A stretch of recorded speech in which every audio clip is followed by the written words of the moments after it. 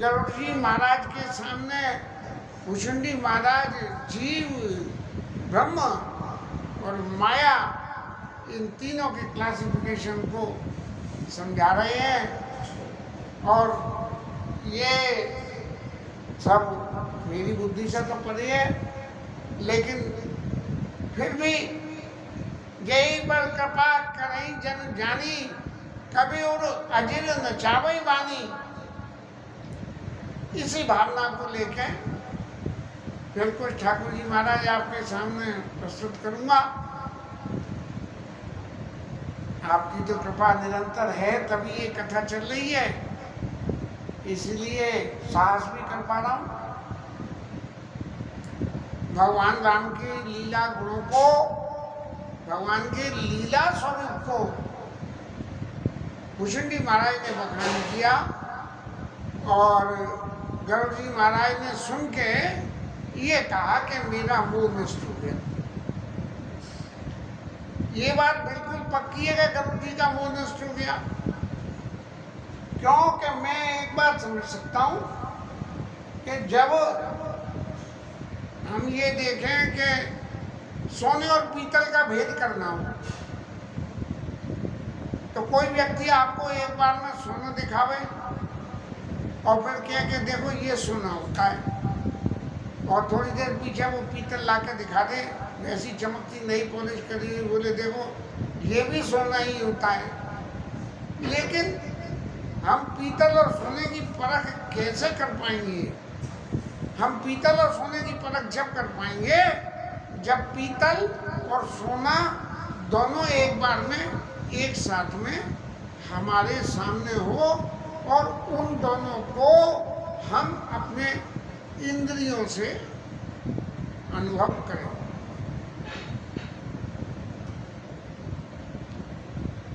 चित्त में ये जीव के पास में मन, बुद्धि, चित्त, अहंकार और कर्मेंद्रिय 11 मन,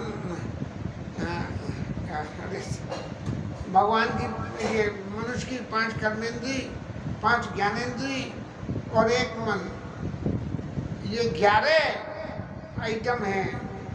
और ये 11 आइटम जब एक संग साथ में मिलके और भगवान के ओरिजिनल स्वरूप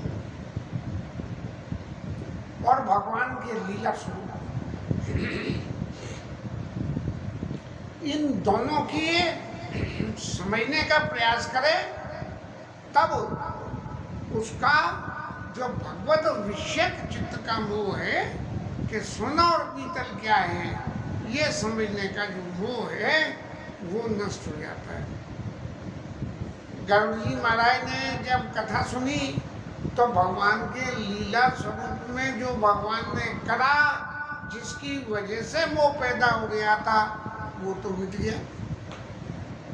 लेकिन ये लीला स्वरूप कैसे हुआ, ये लीला स्वरूप का क्या कारण है, और ये लीला स्वरूप किस तरह से भगवान के मूल स्वरूप से अलग है, और इसको बताने के लिए अब गरुड़ जी महाराज के सामने भुशुंडी जी कह रहे हैं कि एक बात तो उन्होंने सबसे ये कही कि संसार में व्याप रहे हो, संसार में माया कटक प्रचंड, ये संसार में जो व्यक्ति रहेगा उसको माया का बड़ा प्रचंड कटक, कटक माने फौज की फौज, व्याप रहे हो संसार में माया कटक प्रचंड, और उस माया का जो कटक है, जो फौज की ग्रुप है, वो क्या है, माया सेनापति, और इस माया के सेनापति कौन है, काम, सेनापति कामादि भट, काम, क्रोध, लोभ, मोह, मद, मत्सर, ये 6, ये सेनापति कामादि भट, दंभ, द्वेष, पाखंड, दंभ, द्वेष और पाखंड, ये इनकी जो है पैदल चलने वाली सेना है। और इस सेना से, लेकिन इस सेना से बचने का महाराज कोई इंतजाम तो है नहीं, लेकिन फिर भी जैसा शास्त्रों में वर्णन किया गया और ये कहा गया कि इस माया के जो माया इस सारे जग को नचा रही है, इस माया की ओरिजिनल आइडेंटिटी क्या है? ये माया भी भगवान की दासी है। सोदासी रघुवीर के और समुझे मिथ्या सोपी। वो भगवान की दासी है, लेकिन दासी होने के बाद भी ये माया मिथ्या है। लेकिन ये जो मिथ्या है, ये माया मिथ्या है। इस माया मिथ्या का असर मेरे ऊपर कैसे हो, इसका उपाय क्या है? तो इसका उपाय एक ही है। ये माया का जो मिथ्या स्वरूप था, उसी ने तो आपको बंधन में डाल दिया। कि आपने ये कहा कि देखे सो प्रभाव कठिनाई, क्या भगवान का जो अवतार पैदा हुआ और भगवान ने अवतार लिया, लेकिन उनका स्वरूप और प्रभाव तो कुछ दिखा ही नहीं। अरे खर निशाचर बांधे नागपाश सोई नाम, एक राक्षस ने उनको बांध दिया। तो सोदासी रघुवीर के समझे मिथ्या सोपी। वो मिथ्या तभी पता लगेगी कैसे कि छोट न नाम कमाविनु नाथ का मधुरो, ओ नाथ का मधुरो। महाराज मैं पांव ठोक के कहता हूं कि ये माया जो सारे संसार को नचा रही है, ये मिथ्या है। लेकिन मिथ्या का समझ में आती है जब इससे मुक्ति मिले। और मुक्ति कैसे मिलेगी? छूट न राम कृपा बिनु। जब तक भगवान कृपा नहीं करेंगे तब तक ये माया से पिंड कटने वाला नहीं है। यदि माया से पिंड काटना है तो भगवान की कृपा को अपने पास बुलाना है। वो कृपा कैसे आती है कि भगवत साधना करो और एक ही काम है कि सिर्फ साधना साधना और साधना करो। प्रभु जो आपकी इच्छा हो सो दे देना, तभी भगवान जी ये माया से पिंड कट सकता है। एक अपने ही ज्ञान के संदर्भ में मैं नहीं कह सकता कि ये इस कथा के दौरान जो विचार मन में मेरे आया है वो कितना सही है या गलत है। मनु शत्रुघ्न प्रसंग में महाराज मनु ने भगवान को पुत्र रूप में मांग लिया। भगवान राम पधारे और वन गमन की लीला तक का प्रसंग हुआ और भगवान वन को जाने चाह रहे हैं। और राजा दशरथ जो है सो मेरे महेश कहाई निहोरी विनती सुना सदा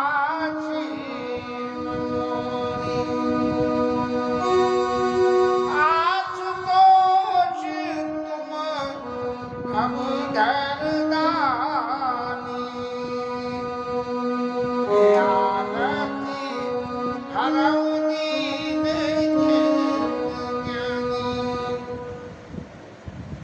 शंकर जी महाराज से देखें इतने ज्ञान से जब भगवान के प्रत्यक्ष दर्शन करने के बाद, भगवान को पुत्र रूप में मानने के बाद, भगवान की माया ने फिर दशरथ जी महाराज को फिर बांध लिया।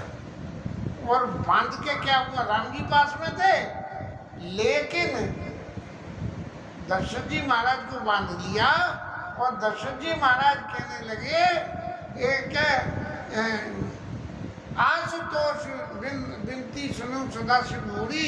आशुतोष तुम अवठर दानी, बिना विचारे ही तुम तो दे देते हो। ऐसे हो तो विनती सुनो सदाशिव मोरी। आशुतोष तुम अवठर दानी और आरती हरऊ दीन जन जानी। मुझे अत्यंत दुखी आर्त जान के मेरी इस दुख का हरण कर लो। भगवान के पास होते हुए भी भगवान की माया उनके चित्त में इतना असर कर गई तो महादेवी से क्या प्रार्थना करने लगे, तुम प्रेरक सबके दया सोमति राम ही दे।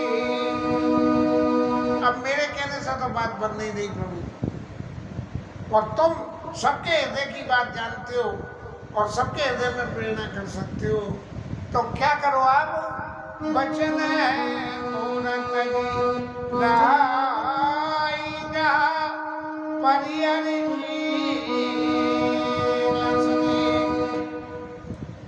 शील और श्रेय का परित्याग करके मेरे बन जाने की बात को कहते हुए भी मेरे से ये कह दें कि महाराज मैं बन नहीं जाऊंगा। परिहरे शील सने वचन मूर्त रहेगा, परिहरे शील सने। इस तरह की ये ज्ञान की भगवत चरणों में जो राजा दशरथ का कहना चाहिए, मेरी भाषा में तो राजा दशरथ का मोह ही कहा जाएगा, भले ही वो ज्ञान स्वरूप था। क्यों कि राजा को ये मालूम थी कि राम राम कही राम राम कहते हुए जिन्होंने शरीर त्याग करके राव गए उस धाम, भगवान के धाम को चले गए शरीर त्याग करके। ऐसा नहीं हुआ जैसे आदमी किसी एक व्यापार के सिलसिले में एक शहर में रह रहा हो, दूसरे शहर में व्यापार कर ले तो दूसरे में चला जाए, ऐसे इस लोग को छोड़ के राजा दशरथ जो है वो वहाँ राव गए उस धाम, देवताओं के धाम को, भगवान के धाम को वहाँ चले गए। लेकिन ये छूट न राम कृपा बिनु, ये भगवान की माया जो है ये भगवान की कृपा के बिना नहीं छूटती है, क्योंकि राम जी के ऊपर सतत भगवान की कृपा थी। तो दशरथ जी ने जो महादेव जी को जो प्रार्थना करी, उस प्रार्थना का स्वरूप भी यही हुआ कि भले ही महादेव जी ने प्रार्थना सुनी और सुनने के बाद में ये कही कि महाराज आप, मैं कह रहा हूँ कि महाराज आपकी बात सुन ली और निर्णय आपके ही हक में होगा, लेकिन जीव की परम गति तो भगवत धाम को जाने की है, इसलिए आप जो है भगवत धाम के दिए जाओगे, इस संसार में रहने से क्या मिलने वाला है, ऐसी बात है। इसीलिए सोदासी रघुवीर के समझे मिथ्या सो, और झूठ न राम कृपा बिनु नाथ कहूँ पद रोप। बसुंडी महाराज कहते हैं कि मैं अपना पैर ठोक के कहता हूँ राम जी कृपा करे, तब उसने भगवान ने राम जी ने कृपा करी। अब एक लाइन और भी जोड़ी जा सकती है। दशरथ जी के पास में राम जी गए और राम जी ने दशरथ जी के पास जाके क्या कहा, मुनि गण मिलन विशेष बना सबई बातीत मोर, तेई आयु मौरी सम्मत जननी। माता जी को जाके क्या कहा राम जी ने कि पिताजी की आज्ञा और तुम्हारी सहमति। तो माँ ने तो कोई सहमति दी नहीं थी। माँ ने तो एक ही बात कही थी कि जो की आया सुनाना तो जन जाऊं जान माता को बड़ी मान के केवल पिताजी की आज्ञा, लेकिन जो विदुमात कहे बन जाना तो कानन सत अवध समाना। पिता और माता ने दोनों ने आज्ञा दी है, क्योंकि संत लोगों से सुनाए कथाओं में कि कौशल्या जी ने और कैकेयी ने अपने पुत्रों की अदला बदली कर ली, कैकेयी राम जी की माता बन गई और कौशल्या भरत जी की माता बन गई। ऐसे संत लोगों से सुना है। अब हालांकि हम विषय से तो बहुत हट गए, लेकिन भगवान के चरणों का आसरा लेके ये भगवान की माया का प्रभाव हमें किस तरह से भगवान के चरणों में रखता है, वो भूषुंडी महाराज कह रहे हैं कि महाराज आपको मोह हो गया और वो के आप मेरे पास आ गए और यहाँ आके आपने कथा सुन ली और आपका मुंह नष्ट हो गया, आपका मुंह नष्ट हो गया।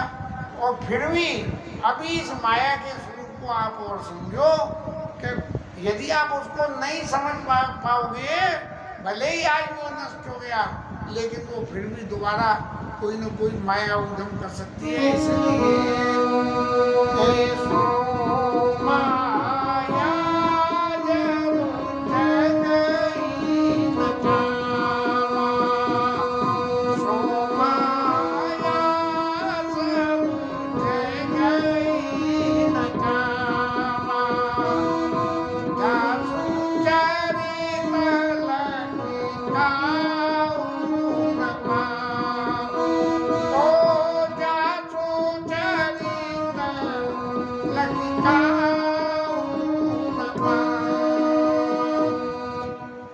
महाराज ये माया कितनी बलवती है, इसके स्वरूप को आपके सामने बताऊं मैं कि ये दिखती कहीं नहीं है। जैसे कहते हैं ना, भूत का दर्शन नहीं होता है, हाँ, लेकिन भूत होता है। जिन्होंने अनुभव किया है वो तो जाने। मैंने जीवन में एक बार भूत का दर्शन करने की सोची, लेकिन मुझे नहीं हुआ दर्शन। तो सो माया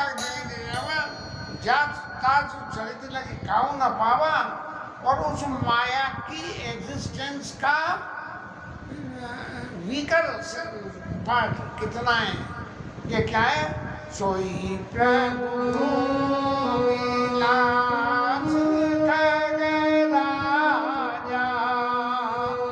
नाच नटीबा सहित समाजा, नाच नटीबा सहित समाजा। महाराज जो माया है ना, वो अपने पूरे सारे समाज के साथ में बिल्कुल जैसे नट और नट के नाचने वाला, जिसको नट जैसा नचाना चाहता है वो नच जाता है, ऐसे ही वो माया नाचती है। तो आप ये कह रहे हो कि आपका मोह मिट गया, ये मिट तो गया, लेकिन माया इतनी खतरनाक है, और इस खतरनाक माया को भगवान के चरणों का आश्रय लेते रहो तो ठीक है, और नहीं तो ये जो है। और उन भगवान जो मायापति हैं वो कौन है? ये जो मायापति जिनके अंदर में जो माया काम करती है, ये सोई सच्चिदानंद घन रामा, अज सच्चिदानंद परधामा।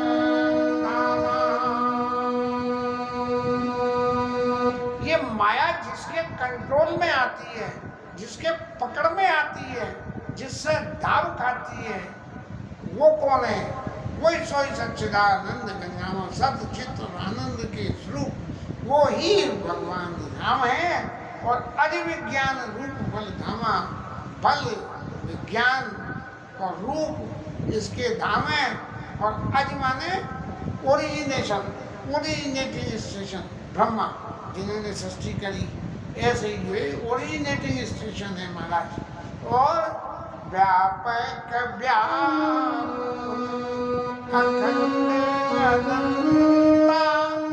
व्यापक है, सब जगह है, व्याप्य है, सब जगह है। और चाहे जहाँ निकल गया व्याप्य, मतलब जैसे प्रकट हो जाते हैं। अखंड अनंता अखिल अमोघ शक्ति भगवंता, अखिल अमोघ शक्ति भगवंता। अखिल पूरे ब्रह्मांड में अमोघ शक्ति है, इनके बराबर शक्ति नहीं है। भगवंता भगवान है ऐसे। और क्या है? इतने सारे गुण जो अब तक कहे, इन सबके बावजूद भी कैसी है कि अगुण अदाप गिरा गोतीता समदर्शी अनवद्यता। इतने गुण होते हुए भी अगुण है,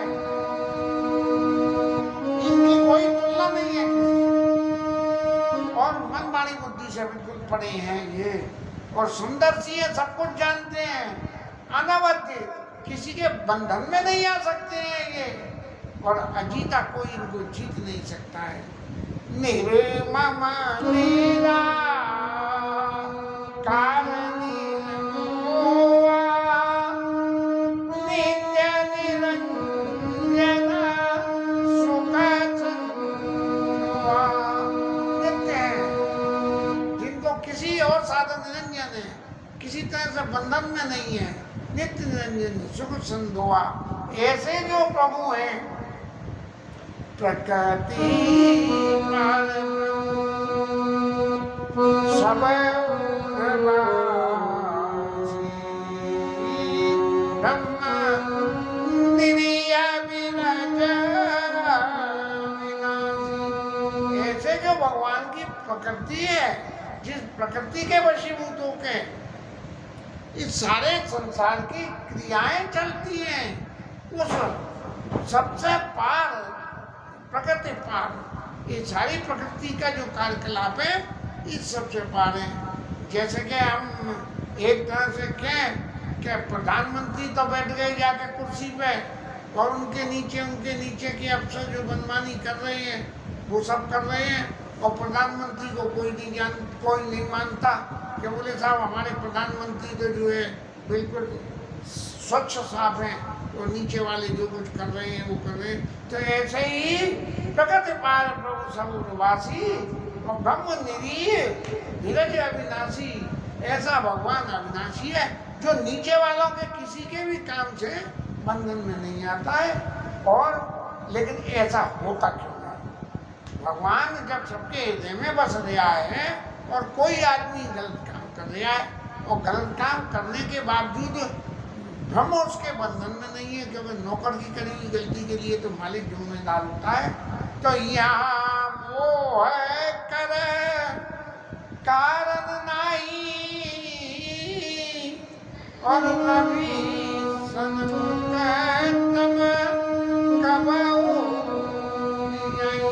महाराज ये बंधन में क्यों नहीं आ रहे प्रभु? बंधन में इसलिए नहीं आ रहे हैं कि भगवान साक्षात प्रत्यक्ष सूर्य के समान है, और जब भगवान सूर्य के समान है तो सूर्य के सामने कभी अंधकार जाता नहीं है। लेकिन ऐसा भगवान करता क्या है? अब फिर वही प्रसंग आ गया कि भगवान के लीला स्वरूप के वर्णन के लिए भगति भगत हेतु भगवान प्रभु राम धन्यु नर रूप किए चरित पावन परम प्राकृत नर किए चरित पावन परम प्राकृत नर। प्राकृत नर ऐसे भगवान ने, वो बंधन में नहीं है, लेकिन फिर भी वो भगवान अपने आप को बंधन में बांधने के लिए राम धरेऊ तन भूप, उन्होंने जो है राजा का शरीर धारण करा। यद्यपि बंधन में नहीं है, फिर भी बंधन में बनने को राजा का शरीर भूप, और फिर यहाँ इस पृथ्वी पे आके, और उन्होंने जब बंधन में राजा बन के आए तब प्राकृत नरेंद्र, जैसे प्राकृत आदमी, एक शहरी संसार का जीव जो काम करता है वो सारे काम भगवान राम उस लीला स्वरूप में करते हैं, और ये चैत पावन प्राकृत नरेंद्र। और कैसे, इसका उदाहरण आप एक समझ लो। उसका उदाहरण ऐसा है, जटा अनेक वेश धरा नृत्य कर रही नट को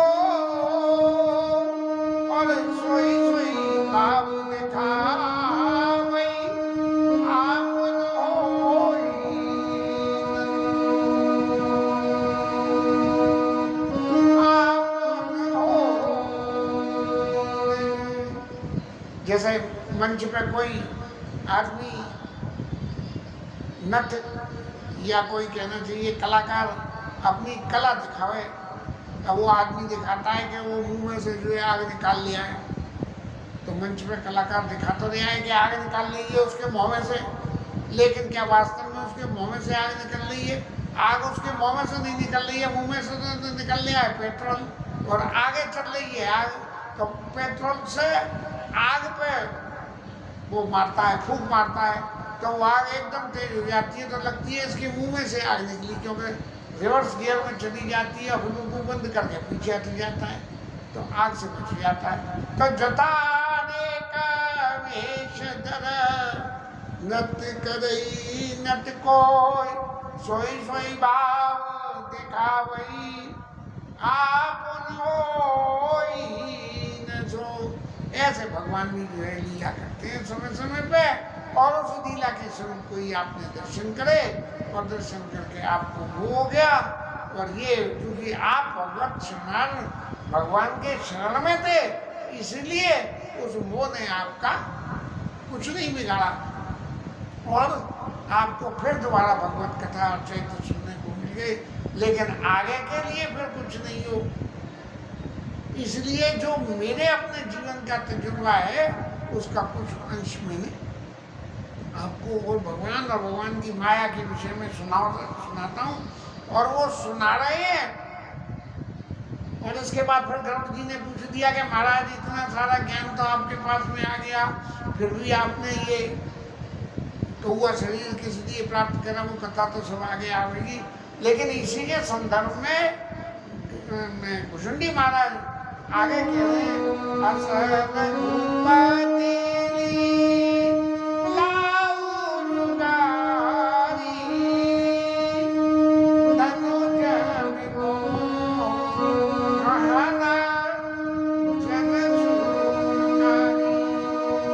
भगवान की लीला ऐसी विचित्र है कि इससे मोह किन्हें हो जाता है। जो धनुज है, जो मनुज नहीं है वो सब धनुज है। धनुज भगवान जन सुखकारी, तो भगवान के भक्तों को सुख देने वाली है ये भगवान की लीला।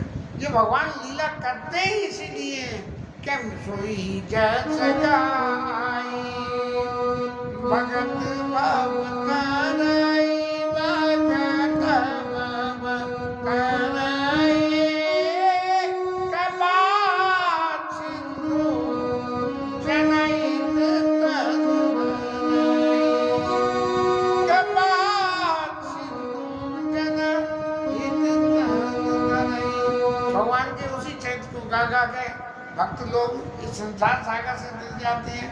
ये भगवान की ऐसी लीला है, और जो गाते हैं वो तो थक जाते हैं, लेकिन जो नहीं गाते हैं उनका क्या हिसाब है। जे मति मलिन, जिनकी मति मलिन है, खराब है, और विषय बस और कामी है, हर वक्त मेरा पेट आओ मैं न जानू खाओ, तो वो भगवान की इस लीला को देख के क्या कहते हैं कि प्रभु स्वामी,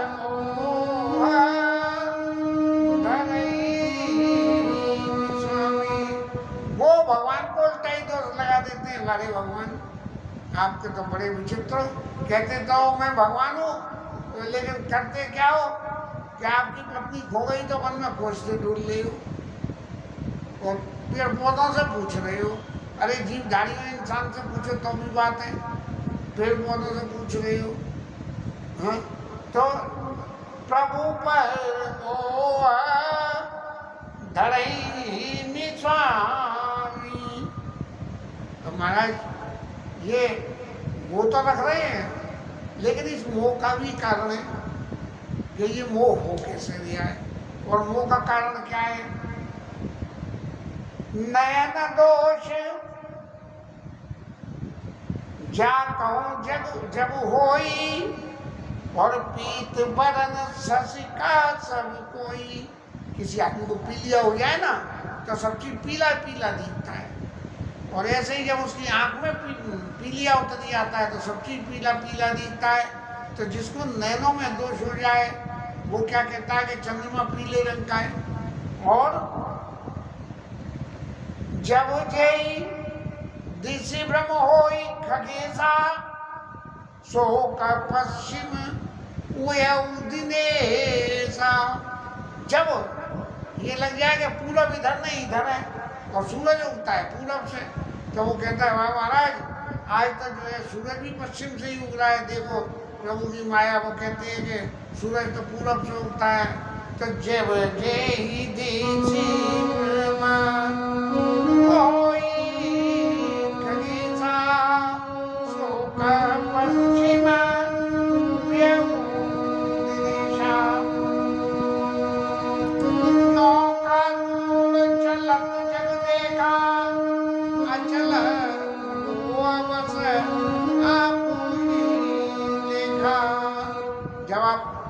नाव में सवार हो जाओ और पानी में आप चल रहे हो, तो आप तो धार के संग में इधर चल रहे हो, लेकिन जो कुछ स्थावर चीजें हैं वो आपके विपरीत दिशा में दिख रही हैं।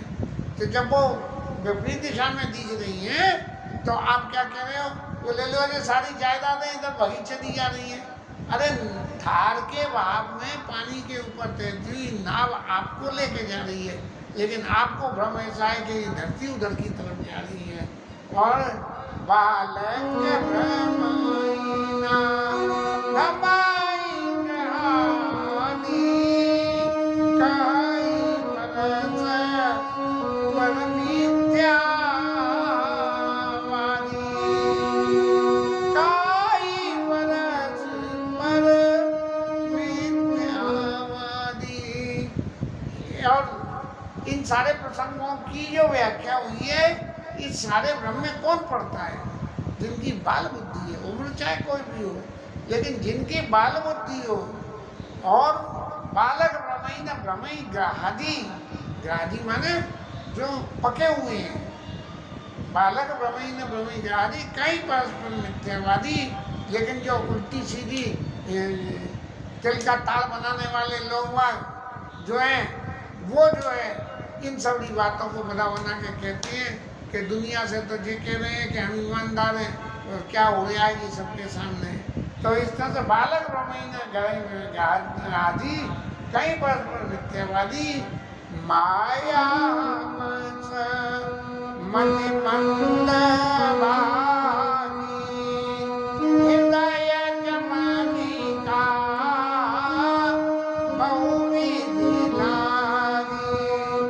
ये इनके हृदय में इतना ये लोग अभागी होते हैं, इनकी मति की मंदता ऐसी विचित्रता है, और इनके हृदय में कल्प विकल्प की उल्टी सीधी बातें ऐसी भर जाती हैं कि जिसका कोई शुमारी नहीं है। ऐसे लोग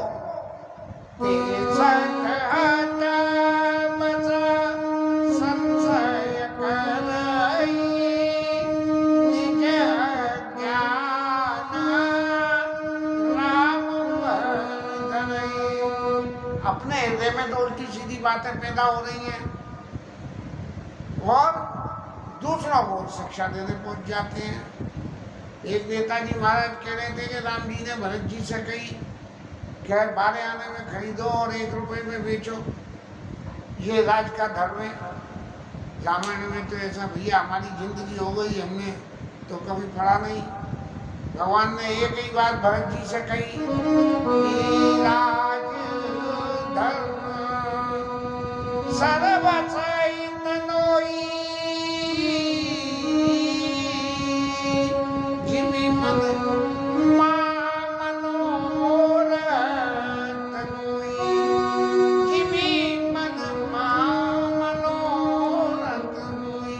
कोई काम करने से पहले हमारा मनोरथ होता है, तो लेकिन जब तक वो एग्जीक्यूट नहीं हो जाए तब तक हम किसी से कुछ नहीं कहते हैं।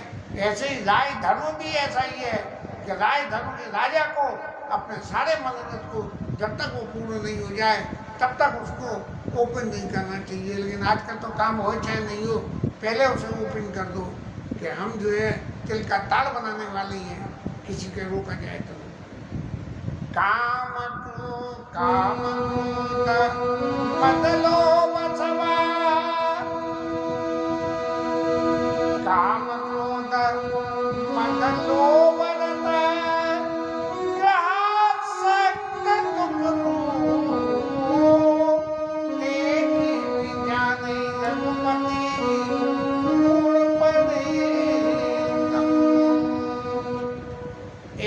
हुआ काम, क्रोध, लोभ और आसक्ति में इतने फंसे होते हैं कि वो हर वक्त अपने आप को एक दुख की सीमा में ही फंसाई रहती है। देख भी जाने रघुपति, ऐसा व्यक्ति ये भगवान राम को क्या जान सकता है।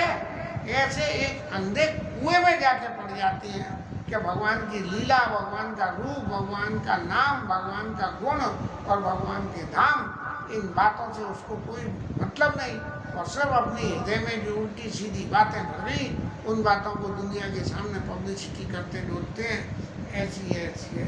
इसलिए महाराज इतनी सभी बातें कह के भुसुंडी महाराज ये कह रहे हैं कि भगवान के सगुण स्वरूप की जो साधना है वो इसलिए बड़ी क्लिष्ट है कि निर्गुण रूप सुलभ अति। भगवान के सर्व स्वरूप की साधना में तो इतनी कठिनाइयां जो अभी बताई गई है ये, लेकिन भगवान का जो निर्गुण स्वरूप है, केवल भगवान में कोई गुण नहीं है, भगवान कुछ नहीं करता है, तो बोले कौन करता है, बोले करने वाला कोई और है, भगवान की माया सब करती है, भगवान को उसका किसी बात का किसी से कोई बंधन नहीं है।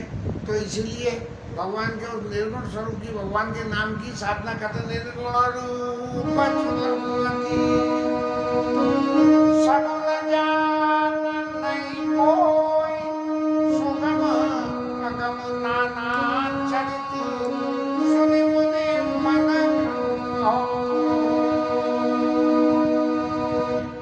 ये जो भगवान का निर्गुण स्वरूप है और भगवान का सगुण स्वरूप है, जब साइमल्टेनियसली इस निर्गुण और सगुण स्वरूप को कोई आदमी समझना चाहे तो बहुत मुश्किल हो जाती है। और जीव की तो कहीं क्या, सुनि मुनि मन भ्रम हुए, मुनियों तक के मन में इस बात का भ्रम हो जाता है कि भैया भगवान निर्गुण है कि सगुण है।